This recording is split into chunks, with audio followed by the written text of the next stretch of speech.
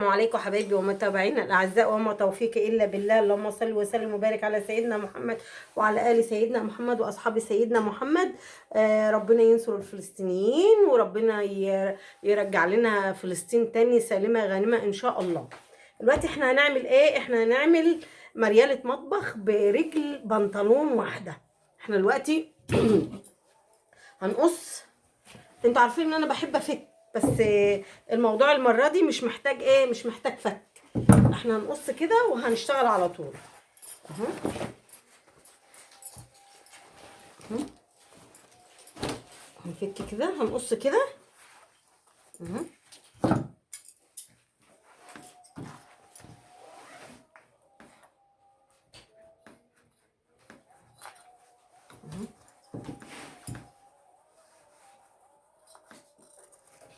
انا هقص وارجع لكم عشان ايه ما اطولش الفيديو عليكم.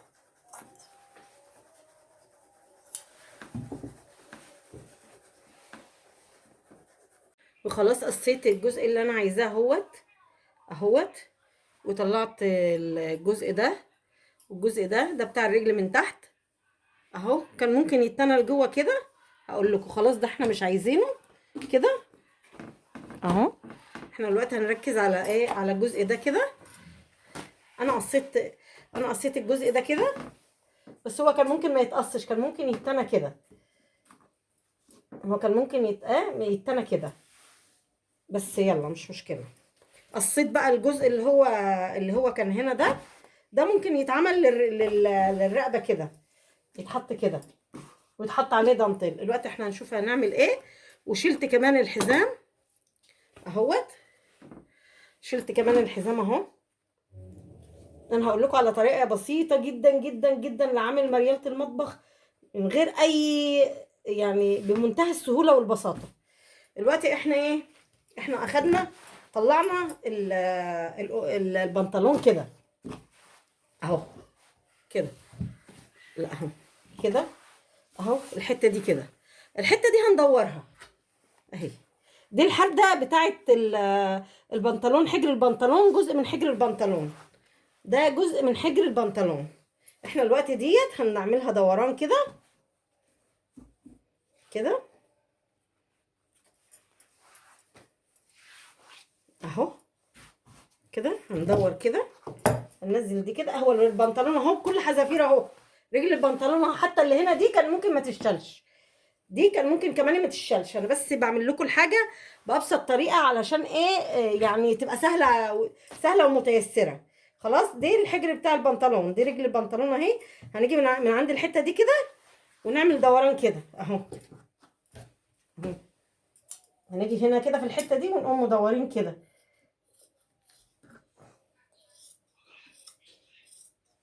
اهو. يبقى احنا اخدنا رجل البنطلون لغايه نص الحجر، لغايه وضع الجيب اللي هو الخلفي اهي. احنا دلوقتي هنعمل ايه؟ احنا دلوقتي هنجيب قماشه اهيت، هنخيطها كده كده، ونقوم قلبينها. بس بعد ايه؟ بعد ما نحط حزام الرقبه الاول. احنا عايزين نظبط بتاعت قدام على قد المسافه اللي انت عايزاها. شوفي انت بقى مستواكي من قدام ايه كده اهو. الحمد لله رب العالمين، الحمد لله الحمد لله اهي. احنا عايزين بس ننزل دي، نصغرها شويه، نصغر دي من قدام حبه كده. لو انت عايزه تسيبيها زي ما هي كده ماشي، مفيش مشاكل اهي. اهي بقى كده ماشي. هنجيب حتتين قماش من عندنا اهو، هنخيطهم في بعض كده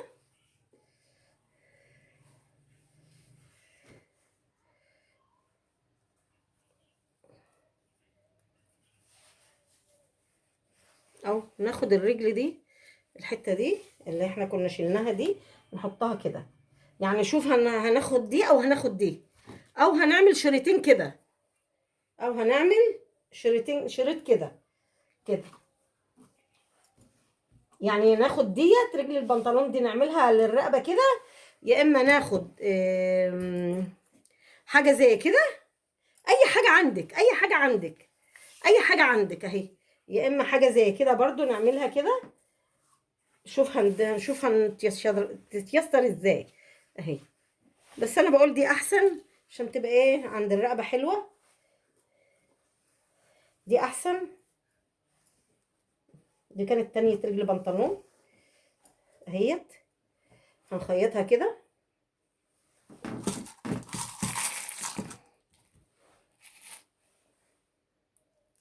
انا هعمل لكم الاول شكل، انا هعملها على المكنه، بس هي حد ممكن تاني يعملها على ممكن حد تاني يعملها بالمسدس الشمع. اللي انا هعمله ده ممكن يتعمل كله بمسدس الشمع اهو. خلاص انا عملت دي كده اهيت اهي. هنشيل ده ونشيل ده بقى كده اهي. هنتني دي كده ونحط عليها دانتيل. انا جايبه دانتيل من ده كده اهو. هنعمل دانتيل كده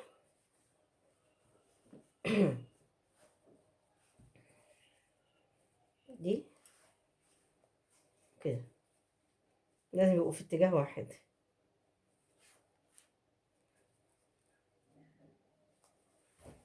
اهو انا ما خيطها هتتظبط، هحط ده كده عليها. شوف الاتجاه اهو اهو. هنحط ده كده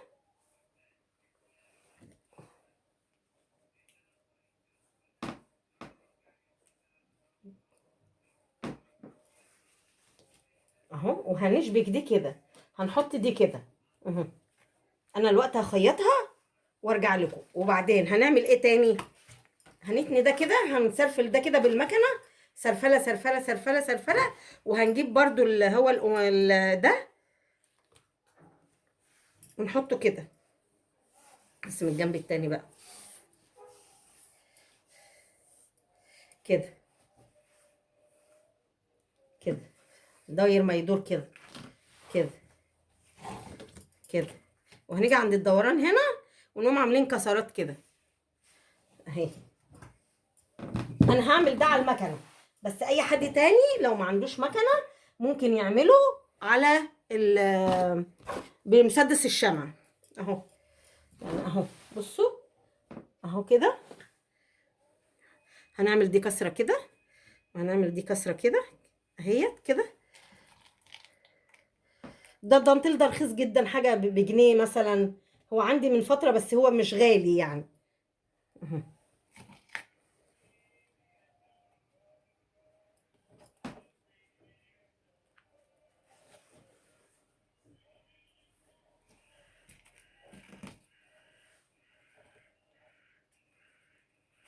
وهنمشي كده برضو كده.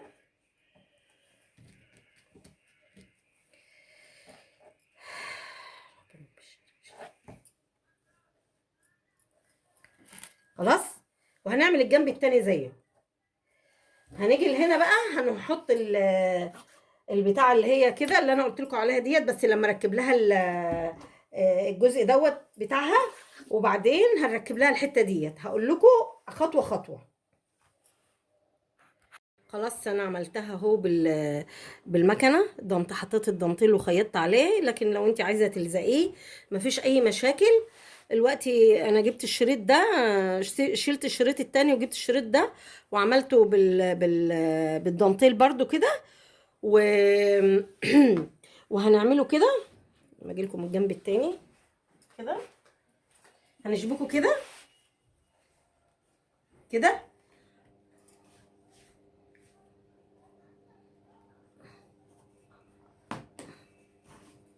هنا هنسيب 3 قريط كده، برضو هنا نسيب 3 قريط كده كده اهو. ونحط دبوس تاني كده.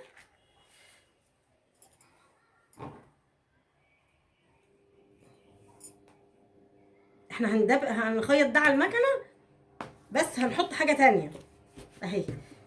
هنجيب الشريط ده كده اهو، ونحط دي، نعمل دي كده من هنا كده على الدندل ده كده اهو كده بدبوس كده لو كنا احنا ما شلناش تانية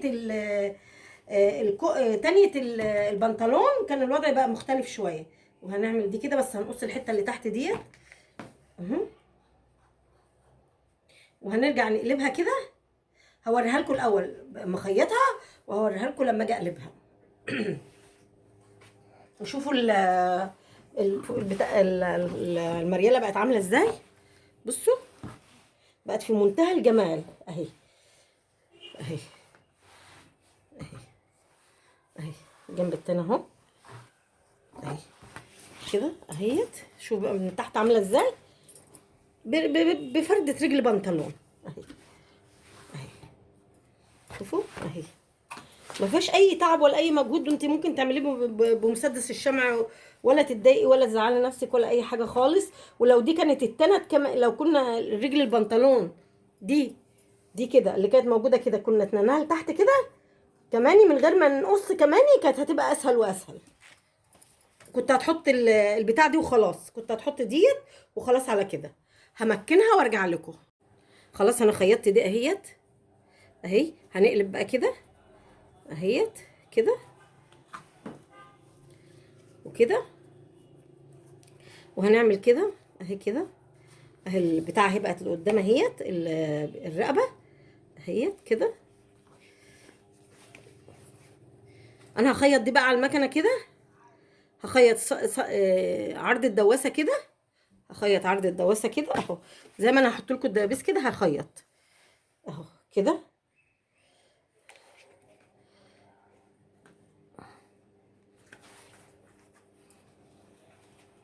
كده. الحزام اهو حطيته من تحت، وهشبكه من جنب واحد. الاول هو الحزام ده على قد اللي هتلبسه. القمر البنطلون كان بتاع يعني البنطلون ده كان بتاع واحده هي اللي هتلبسه، يعني قمره على قدها. دلوقتي احنا هنعمل ايه؟ احنا هنثبت القمر ده من جنب واحد بس، من جنب واحد بس. انا عايزه دي تبقى في النص كده اهي كده اهي كده. ماشي جبت كده اهي. هنفتح بقى كده اهو. انا معلمه علامه الوسط اهي، ارتفاع الوسط. هنخيط كده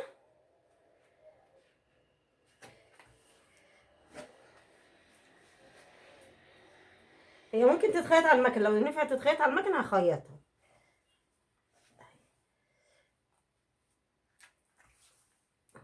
بس هي ممكن على الايد تبقى كويسه برضو اهي.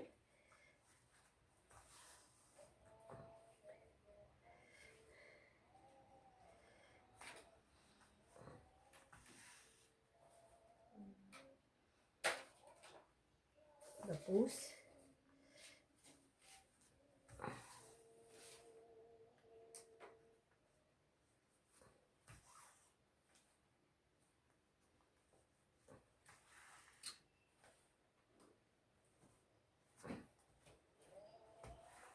والخياطه ده هتتدارى، هيجي كده الحزام هيتدارى الخياطه اهيت.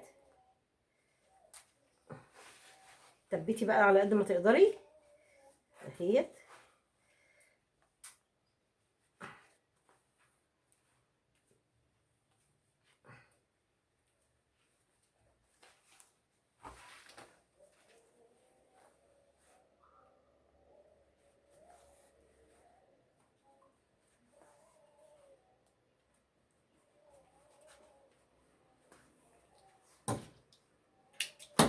وخلاص اهو الحزام اهو بتاع البنطلون نفسه. ما كلفناش نفسنا اي حاجه غير الدانتيل بس. وممكن تعمليه من غير دانتيل لو انت عايزه كمان اهو اهو. هيجي الحزام من ورا كده يتلف على الجسم اهو. هو الحزام نفس المقاس اهو، بس كده. وهيتلبس كده اهي. لا دي اهي كده اهي، دي رجل البنطلون اهيت اخدناها. وخلاص خلصنا مريالة المطبخ وخلاص. شوفوا اهيت في منتهى الجمال بفردة رجل بنطلون. عملنا مريالة مطبخ شيك وجميلة وحلوة.